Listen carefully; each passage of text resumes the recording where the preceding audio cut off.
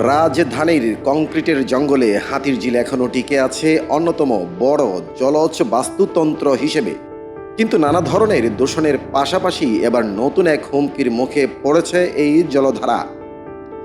সেখানে দেখা মিলেছে বিশ্বের অন্যতম আগ্রাসী বিদেশি কচ্ছপ রেড ইয়ার্ড স্লাইডারের। জীববৈচিত্র্য বিশেষজ্ঞরা বলছেন, নিয়ন্ত্রণে আনা না গেলে একসময় সাকার ফিশের মতোই এই কচ্ছপ দেশীয় জলজ বাস্তুতন্ত্রের জন্য বড় সংকট হয়ে উঠতে পারে। হাতির ঝিলের বিভিন্ন স্থানে গাছের শিকড়, ভাসমান গুড়ি কিংবা রোদ পোহানোর উপযোগী জায়গায় এসব কচ্ছপকে বসে থাকতে দেখা যাচ্ছে। রাজধানীর আরও কয়েকটি পুকুরেও মিলেছে এদের উপস্থিতি।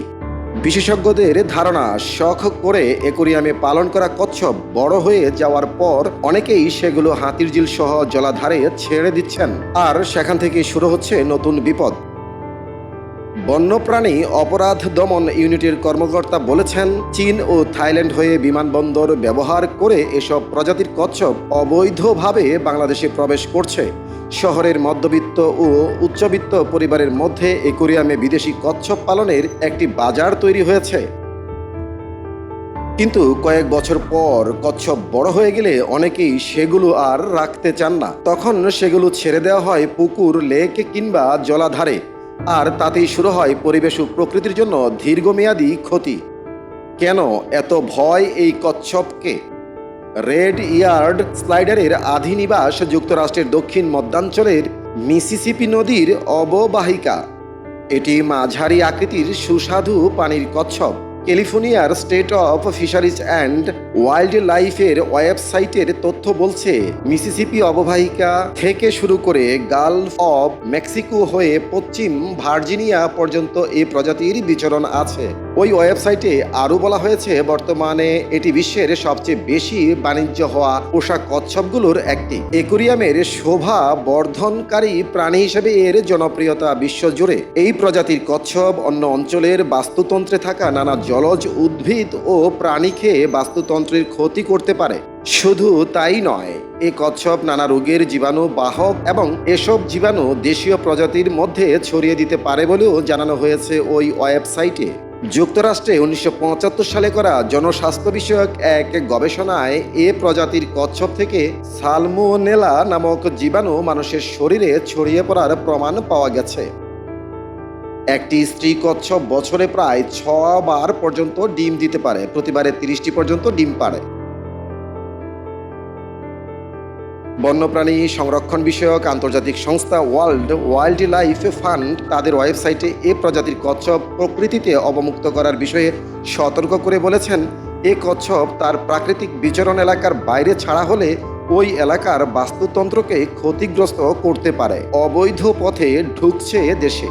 বিমানবন্দর ব্যবহার করে কচ্ছপ সহ বিভিন্ন বিদেশি বন্যপ্রাণী দেশে ঢুকছে। পাশাপাশি স্থলবন্দর, সমুদ্র বন্দর এবং সীমান্ত পথও ব্যবহার করে বন্যপ্রাণী পাচারের ঘটনা ঘটেছে। এক কর্মকর্তার ভাষ্যমতে, বিমানবন্দরে এসব প্রাণী শনাক্ত করার মতো আধুনিক প্রযুক্তির ঘাটতি রয়েছে। আবার ফেসবুক ভিত্তিক যেসব পেজে এসব প্রাণীর কেনাবেচা হয়, সেগুলো শনাক্ত ও নজরদারির ক্ষেত্রেও সক্ষমতার ঘাটতি রয়েছে। তাই অনেক ক্ষেত্রেই দ্রুত ব্যবস্থা নেওয়া সম্ভব হয় না।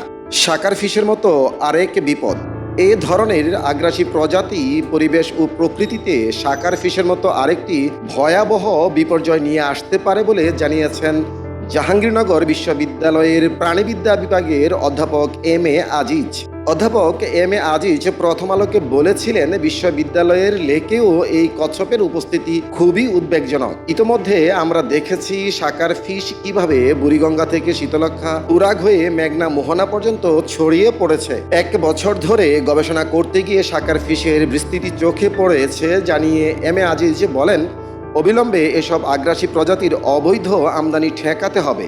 একই সঙ্গে অনলাইনে, ফেসবুকে যেসব পেজে এসব বেচাকেনা হয়, সেগুলোকে আইনের আওতায় আনা, বিমানবন্দর ও স্থলবন্দরে নজরদারি এবং এসব বন্যপ্রাণী শনাক্তে সক্ষমতা বাড়াতে সরকারের প্রতি আহ্বান জানিয়েছেন তিনি।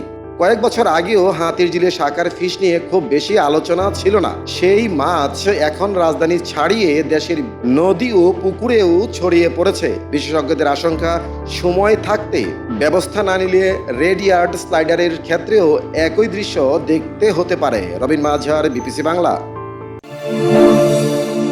বিপিসি বাংলা, সংবাদের আস্থা।